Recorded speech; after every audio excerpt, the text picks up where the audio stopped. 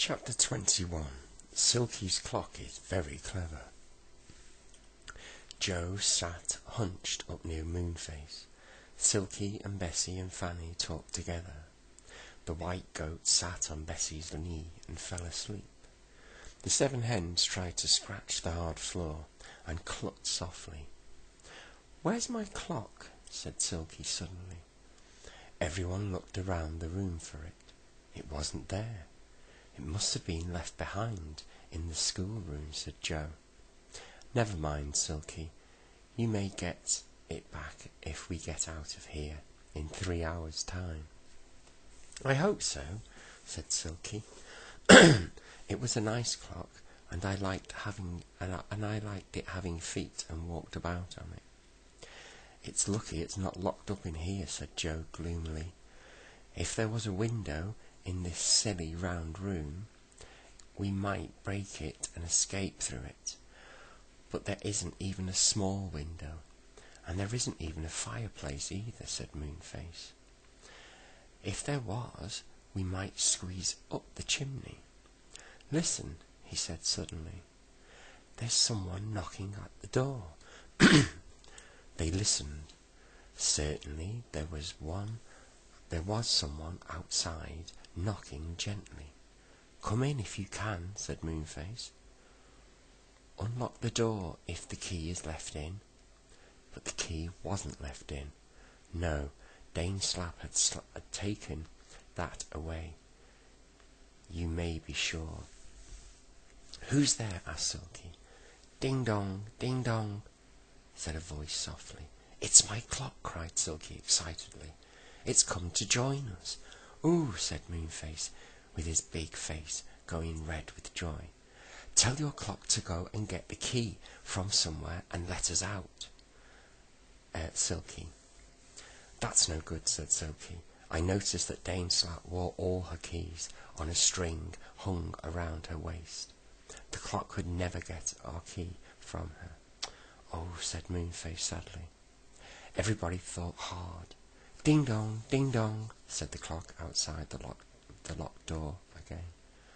"Look here, clock, it isn't a bit of good you dinging and donging and knocking to get in," called Joe. "We are locked in this room, and we haven't a key to get us out."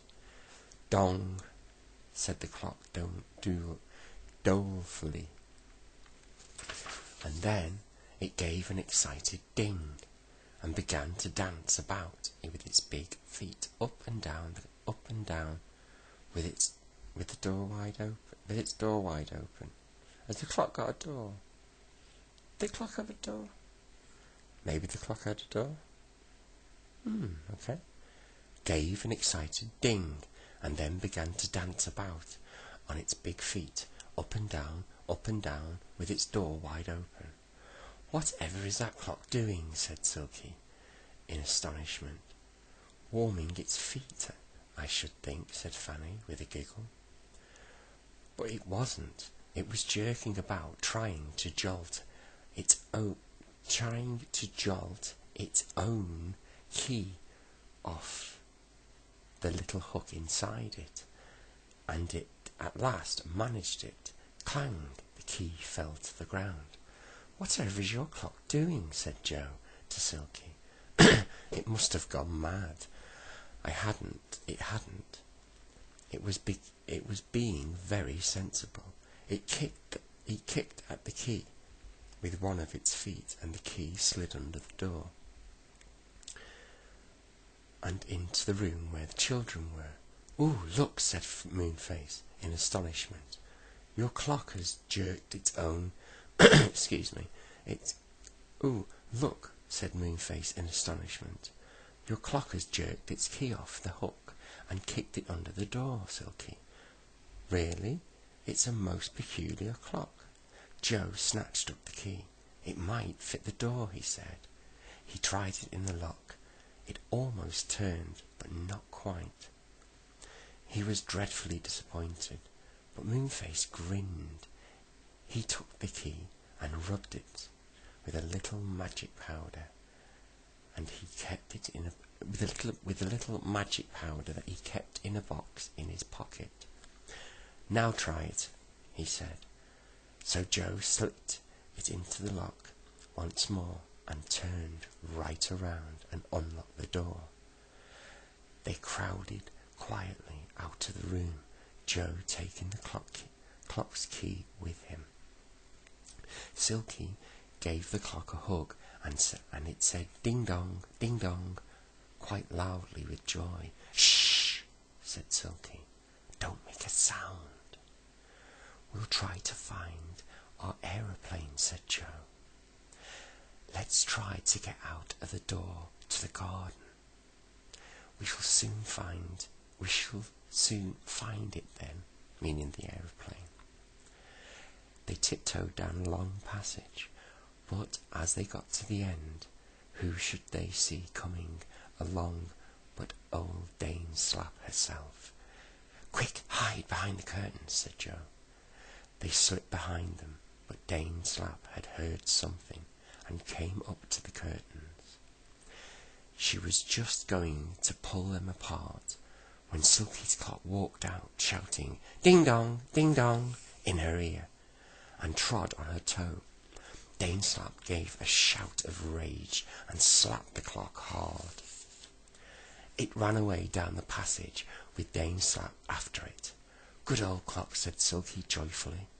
"It just walked out and ding-donged in time. Another minute and we would have all been found." "Come on," said Moonface, peering out from the curtains. "We'd better do our best to get into the garden now while the old dame is out of the way." They tiptoed down the long room and came to a door leading into the garden. Just as Joe was going to open it, he pushed them all quickly back into the room. "Dame Slap is coming in here," he whispered. "Quick, hide behind the furniture."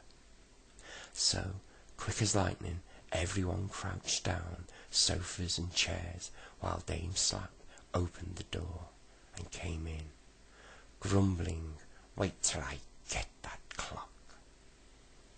And at that very moment the clock came running in on its feet and ding-donged very cheekily at her.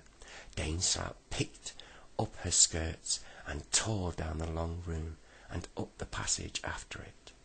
The children and Moonface and Silky and the hens and the goat rushed to the garden door and opened it, and crowded out into the garden.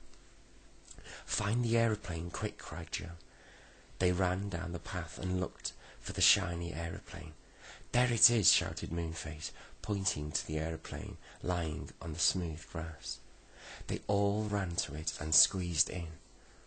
"I don't like leaving my clock behind," said Silky. "It has been so clever. I wonder where it is."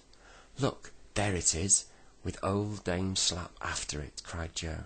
Sure enough, they saw the clock coming, waddling out from behind the bush, striking hard, and Dame Slap was after it, panting and very red in the face.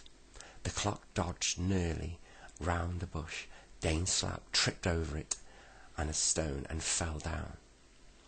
The clock shot away to the aeroplane and Silky helped it in. It sank down into a corner and struck 63 times without stopping. But this time nobody minded. They thought the clock was really quite a hero. Dame Slap picked herself up and ran towards the aeroplane. Joe pressed the up handle and the propellers began to whirl around and around, and the aeroplane quivered and shook.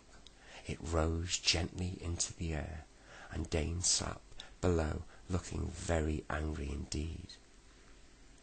"Answer this question," shouted Moonface, leaning overboard.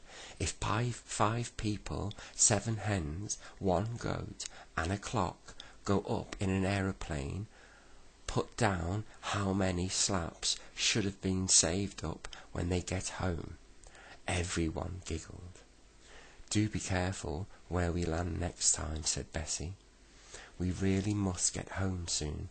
I think I know where we are now," said Moonface, as they flew over a curious land, where the trees were yellow and the grass was pink. If you can fly straight on, you'll come to a silver tower. Then to the right, then go to the right till you come to the land of seagulls. Then to the left, over the Three Bears Wood. We should soon be home." "Right," said Joe. He watched out for the silver tower, and then he saw it, tall and gleaming. Then he pressed the handle marked to the right, and flew on till he came to the land of seagulls. This was quite easy to know, for all around about, flying on snow-white wings, were hundreds of magnificent seagulls. The aeroplane had to go slowly through the crowds of lovely birds. Joe flew to his left, and soon they were all over the Three Bears Wood, and saw the rose-covered cottage where Goldilocks lived with the three bears. "Good, now it won't be long before we're home," said Joe. He flew on until he came over the enchanted wood, and then landed in a field not far from it. Everyone jumped out. "That was the most exciting adventure," said Fanny, "but I hope we never see Dame Slap again." "Oh, quick, catch the clock," said Bessie. "It's trying to climb out of the aeroplane, and it will fall." "Ding dong dong dong," said the clock, and it slid to the ground. "We'll have to rush home now," said Joe, picking up his spade. "Goodbye, Silky. Goodbye, Moonface. See you soon. Bessie, bring the goat, and Fanny, I will shoe the hens in front of us." They left the aeroplane for Moonface and Silky to do with as they liked, and set off home. And dear me, how astonished their mother was to see green-winged hens and a snow-white goat, and the fine garden spade. "You must have been to the enchanted wood," she said. "We've been much further than that," said Joe, and certainly they had, hadn't they?